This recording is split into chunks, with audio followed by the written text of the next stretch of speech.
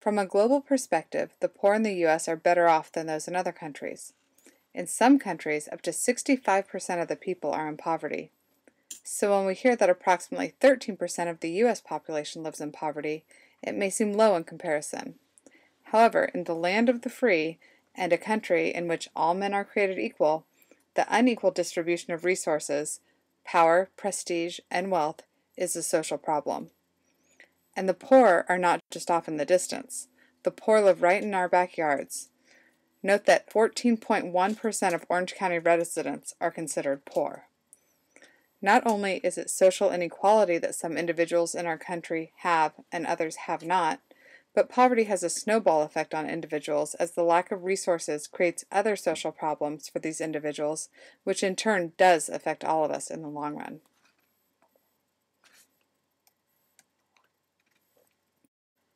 Poverty and wealth are not a result of individual choices, but are largely beyond a person's control. In other words, when you are born into any social class, rich, poor, or in between, the structure of our society does its best to keep you there. Of course, there are the rare cases when someone goes from rags to riches, but these are not the norm. When we say that there is structural inequality, it means that our society is set up for some people to fail and others to succeed, regardless of their merits or efforts as individuals.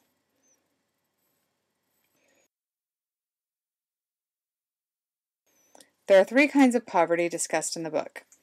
The first is absolute or biological poverty. This is when people actually suffer the consequences of malnutrition or exposure due to their homelessness or lack of food. Relative poverty refers to being poorer than your peers in your society. Official poverty is simply the line set by the government under which you would receive government benefits if your income falls below a certain level. In the United States, the poverty line, the family income level in order to be able to eligible for government assistance, is based on a low-cost food budget and changes each year. The poverty cutoff affects policy decisions and program eligibility. Note that in some instances, a lowering of the official poverty line, and in turn a decrease in the number of people eligible for government assistance, has caused the appearance that there are actually less individuals in poverty in our country. Our government has done a massive overhaul to our welfare system since 1996, yet from a sociological perspective, the result has been that more people in need are now not being served. You can read the article From Welfare to Work in the additional materials for more information on this topic. These are the poverty guidelines for calculating the official poverty line in the United States in 2009. Note that a full-time minimum wage job in California pays $16,000 a year before taxes, or about $14,400 after taxes. Overall, about 13% of Americans fall below the poverty line, but poverty is not distributed equally across the country. As you can see, poverty in the U.S. is concentrated in the South. If you were to lump all of the poor together and take a look at them, you would find that there are more poor whites than any other racial group. About 41% of poor people are white. This is about double the number of blacks and Latinos, who each constitute a little over 20%. However, blacks and Latinos are twice as likely as whites to be poor. This is simply an effect of the number of whites in the population and then their proportion within the poor population. The U.S. child poverty rate is the highest in the industrialized world. The poverty rate of children in the United States is about 30% higher than adults. This is due primarily to the fact that more births to single mothers occur among women with less education and therefore less earning potential. Among high school dropouts, more than half of births are to single moms, whereas among those with bachelor's degrees, there are only about 10% of births to single moms. The feminization of poverty refers to the fact that more than 50% of the poor are women. Families headed by a single mother are most likely to be poor. This is due to the high divorce rate among the poor, the high unwed birth rate, and the simple fact that women earn less in our society. So how do we avoid being in poverty? Our Henslin text notes that studies have shown that if you finish high school, marry before you have a child, marry after the age of 20, it is very unlikely that you will ever be in poverty. It is also noted that for you to develop a financially secure life, you should go to college, stay married, avoid alcoholism and drug addiction, and avoid credit card debt.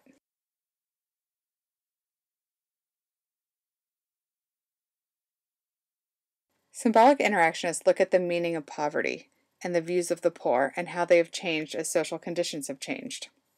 Sociologists have found that in times of economic prosperity, people tend to have a harsher view of the poor and attribute their problems to personal failings such as drug abuse or alcoholism or just lack of motivation. However, in times of economic hardship, such as during the Great Depression, during recessions, and during our current time, people tend to be more sympathetic toward the poor and attribute their poverty to structural problems like a lack of jobs. According to functionalists, inequality is necessary in order to make high-level positions desirable. Those of you who have taken Intro to Sociology might remember the Davis-Moore thesis.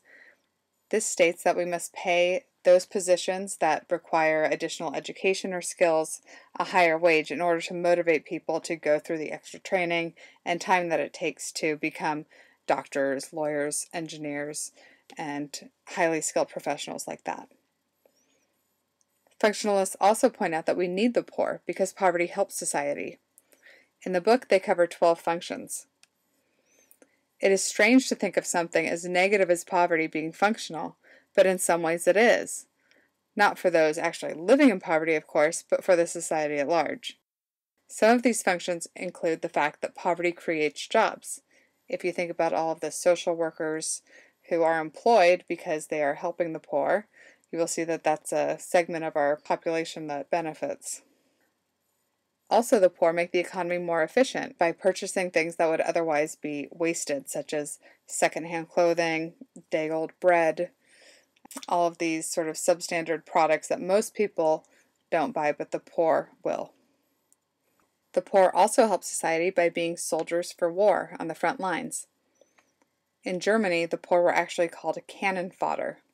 Even though soldiers do get paid substantially more for being on active duty and in dangerous situations, if you think about the children of millionaires and politicians and successful businessmen, there pretty much isn't a dollar amount that would motivate them to be on the front lines of war. Whereas if you are from a poorer family, those extra wages, that's actually something that might cause you to join the military and to put yourself in that dangerous situation. The poor are also sources of entertainment for us.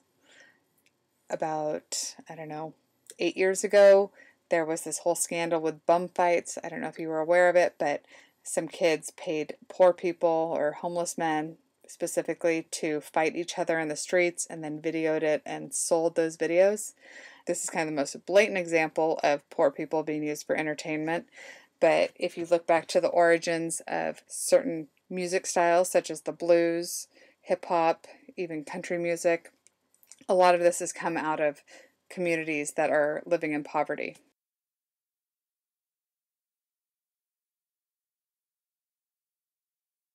According to conflict theory, the problems of the poor are due to their deprived position in a system of stratification. The wealthy pass on advantages to their children, and the poor pass on disadvantages to theirs. False consciousness and the Horatio Alger myth are used to manipulate the poor. Horatio Alger was a popular author during the Depression era. He wrote rags to riches stories about young boys pulling themselves up by their bootstraps and becoming successful in the midst of widespread economic hardship.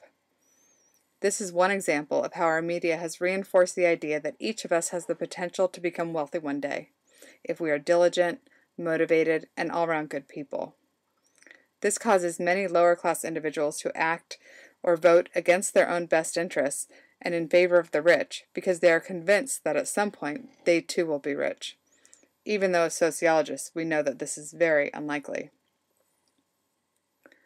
According to conflict theory, the poor are poor and the rich are rich, not because of individual problems, but because society is structured in a way that intentionally keeps the wealthy few on top and the impoverished masses on the bottom. The social class that a person is born into has far-reaching and long-lasting effects on their life, from their health to their education, to their occupation, and even to how long they will live. If they didn't have a use for them, cold-hearted capitalists would probably be content to let the poor die off from starvation and exposure. However, the poor are useful to capitalists because they are a source of cheap labor. According to Marxists, the only reason that the elite allow welfare programs to exist is to keep this pool of low-cost workers alive until they are needed by employers. By forcing them to register, meet certain criteria, and periodically check in order to receive government benefits, the elite are able to keep tabs on the lower class.